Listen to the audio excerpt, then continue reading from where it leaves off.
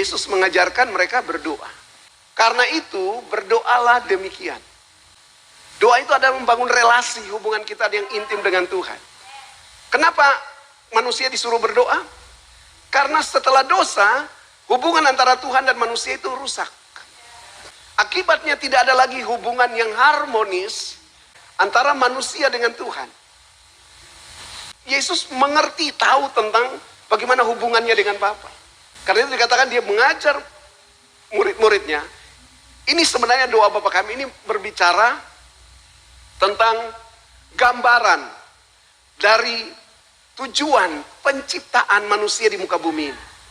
Supaya manusia itu bisa berinteraksi dengan Tuhan. Kemarin punya statement kan?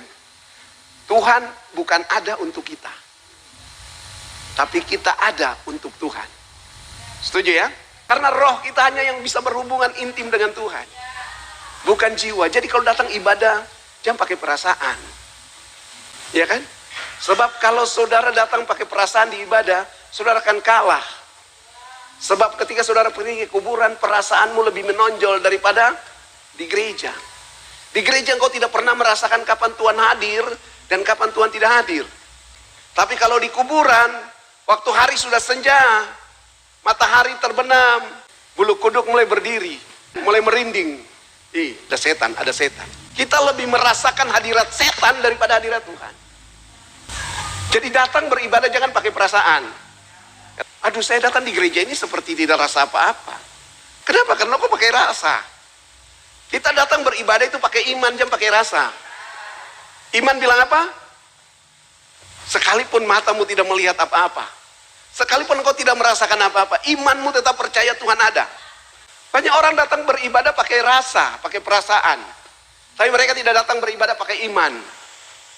Akibatnya apa? Mereka pulang kosong, hampa hidupnya.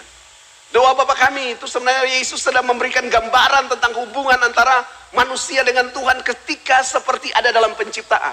Ketika Adam dan Hawa di Taman Eden, mereka punya hubungan intim dengan Tuhan itu setiap saat, kapan saja. Di hari sejuk Tuhan pasti hadir bersama mereka. Amin. Dia bisa merasakan Tuhan, itu sungguh-sungguh nyata. Karena itu dimulai dengan apa? Bapa kami di surga. Artinya memberikan gambaran bahwa, Tuhan itu di surga. Surga itu domain Tuhan. Dan saudara di bumi, bumi ini domainmu. Tuhan percayakan bumi itu untuk kita. Amin. Tuhan tidak ciptakan surga untuk kita. Halo? Tuhan ciptakan bumi untuk saudara dan saya. Makanya saya punya statement kan. Ini yang terjadi pertentangan banyak orang. Manusia itu tidak akan selamanya tinggal di surga. Amin. Manusia itu diciptakan untuk mendiami bumi. Tapi karena dosa, seandainya Adam tidak jatuh dalam dosa. Halo, manusia mengalami kematian tidak? Gak mati-mati. Berarti dia tinggal di mana? Penuhi bumi. Betul tidak? Cuman karena manusia jatuh dalam dosa, maka akibat dari dosa itu mati. Jadi karena mati dia harus transit sementara. Karena kalau manusia belum jatuh dalam dosa, manusia hidup kekal di bumi. Kau tidak akan mati-mati. Hidupmu kekal di bumi. Tapi itu desain Tuhan.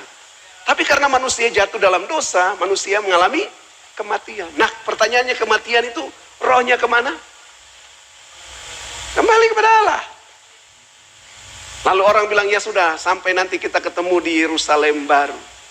Pamalas ibadah, hidup minum mabuk, ya kan?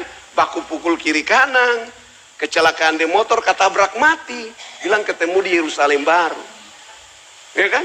Itu bukan Yerusalem baru. Bukan cuma sampai di Yerus.